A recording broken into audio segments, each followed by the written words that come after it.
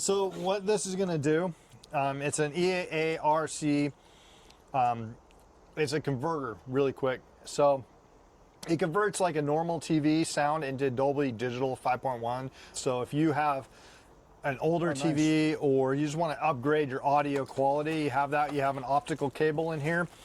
You also have I think you have a HD or display port. Nope, it's HDMI.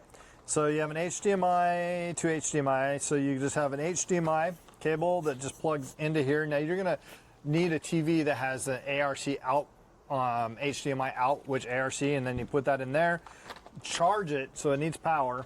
If you have a soundbar, run the optical cable from here to the soundbar, and it's gonna it's gonna convert that audio into premium, into 5.1 surround sound, premium sound like that. So this is a real quick thing here is like, make sure if you're gonna get this, just make sure if you're gonna step your audio game up, just make sure your back of your TV or whatever you're plugging it into, well, your TV, this is what it's made for. It has the HDMI ARC.